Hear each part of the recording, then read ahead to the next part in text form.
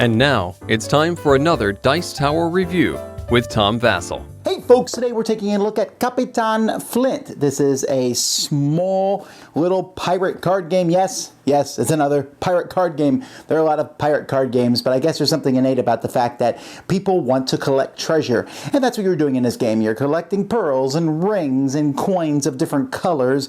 And it has a little bit of a push your luck element, a little bit of a speed element. And this is how it works.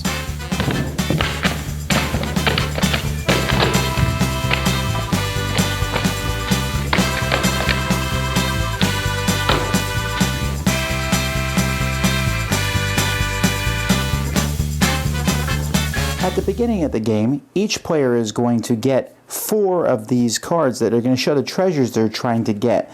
This one says red treasures, pearls, blue treasures, diamonds, rings, yellow treasures, green treasures. So they're either going to be a color or a type of treasures. Now on a player's turn, the first thing they will do is they'll take a card from this treasure chest and they will flip that card away from themselves up on the table.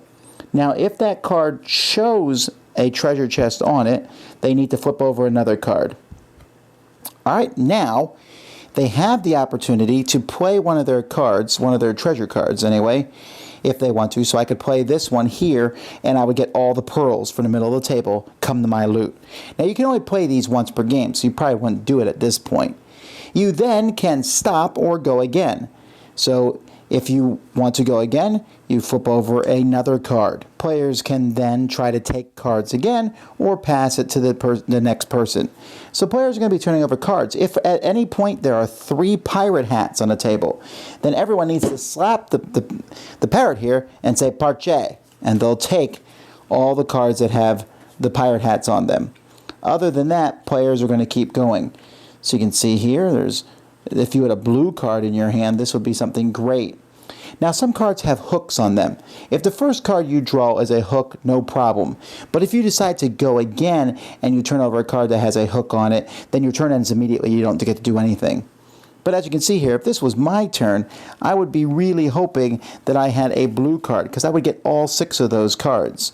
Perhaps I would only have a pearl card, but still getting 5 pearls isn't a bad idea. Now every once in a while you'll turn over a card and here's a pirate who's going to come and steal something. So she here takes all the pearls and they're out of the game. And that's it. You're just going to keep doing that and players are going to turn these cards over. There's 3 symbols on the cards. The treasure chest, which means you always turn over an additional card. The hook, which means nothing on your first draw, but in your second draw will immediately end your turn. And the pirate hats, and if you draw them, then everyone has to hit him and shout parche. And then there's 4 of these guys in a deck who will steal a specific type of good. He takes all the coins and runs. Woohoo! He stole a lot there. You players will continue doing this until the ghost pirate shows up. At that point, the game is going to end.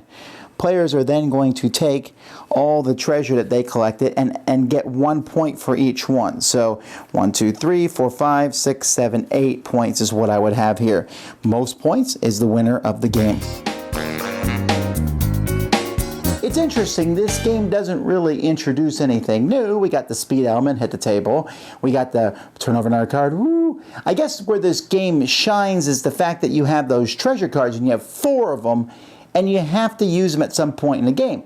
You only get to use them 4 times. So it's using it at the right time. You're sitting there going, there's 4 pearls out there right now. I got the pearl card. But if I wait till another turn, I might get more pearls. Now, between that, someone might take a color, which takes some of the way. Someone else might have the pearls card themselves and take them away. Or a pirate might show up and take them away. Or the captain's hat might take some of them away.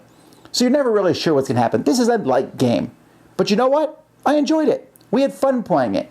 It was the kind of game where, I'm not a big fan of that slap the table stuff, but this was only part of the game. The other one was like, yeah, I'll draw 1 more card. I got the hooks. Or I'll draw 1 more card. The pirate came and took stuff away. There's a little bit of that in the game, and the game is not long at all. The box here says 20 to 40 minutes.